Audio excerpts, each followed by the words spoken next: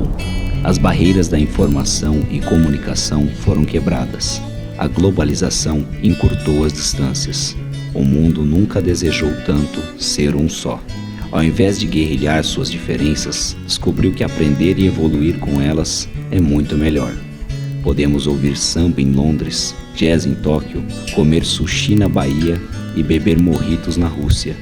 E de repente, falar inglês nunca foi tão necessário. Estudar inglês a vida toda para descobrir que o livro está sobre a mesa tornou-se coisa do passado. E aquelas escolas tradicionais não.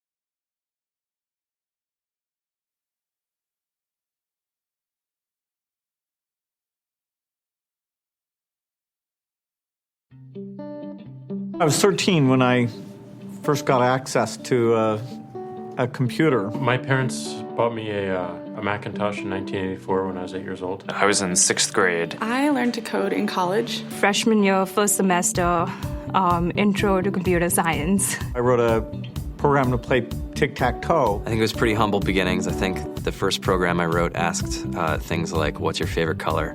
Or how old are you? I first learned how to make a green circle and a red square appear on the screen. The first time I actually had something come up and say, hello world, and I made a computer do that. It was just astonishing. Learning how to program didn't start off as wanting to learn all of computer science or trying to master this discipline or anything like that. It just started off because I wanted to do this one simple thing. I wanted to make something that was fun for myself and my sisters. And I wrote this little program and then basically just add a little bit to it. And then when I needed to learn something new, I looked it up either in a book or on the internet and then added a little bit to it. It's really not unlike kind of playing an instrument or something or playing a sport.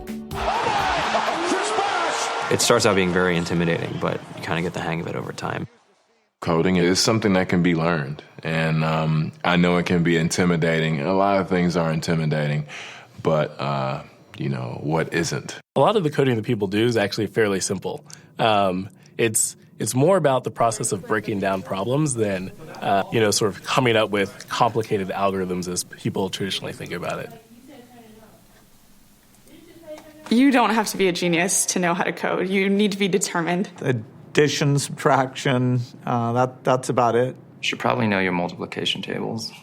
You don't have to be a genius to code. Do you have to be a genius to read? Even if you want to become a race car driver or play baseball or build a house, all of these things have been turned upside down by software. What it is, computers are everywhere. You want to work in agriculture?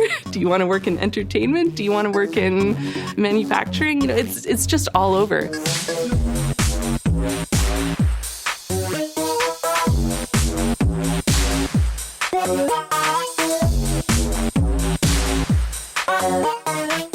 Here we are, 2013.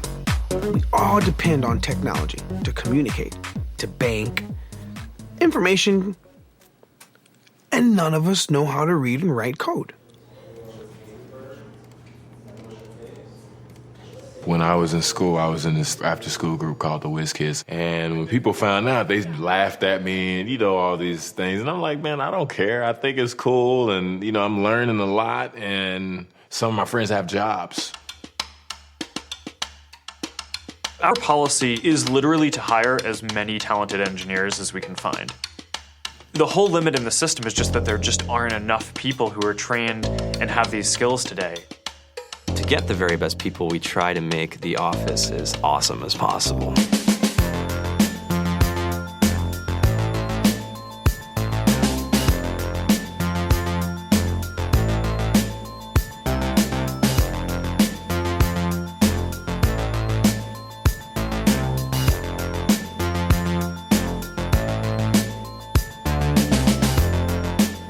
We have a fantastic chef, Free food, breakfast, lunch, and dinner.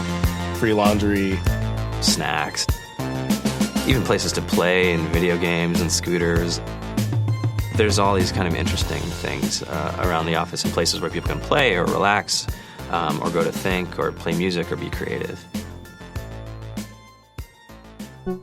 Whether you're trying to make a lot of money or whether you just want to change the world, computer programming is an incredibly empowering skill to learn. I think if someone had told me that software is really about humanity, that it's really about helping people by using computer technology, it would have changed my outlook a lot earlier. To be able to actually come up with an idea and then see it in your hands and then be able to press a button and have it be in millions of people's hands. I think we're the first generation in the world that's really ever had that kind of experience. Just to think that you can start something in your college dorm room and you can have a set of people who haven't built a big company before come together and build something that 1 billion people use as part of their daily lives is just crazy to think about, right? It's humbling and it's amazing. The programmers of tomorrow are the wizards of the future. You're going to look like you have magic powers compared to everybody else. I think it's amazing. I think it's the closest thing we have to a superpower. Great coders are today's rock stars. That's it.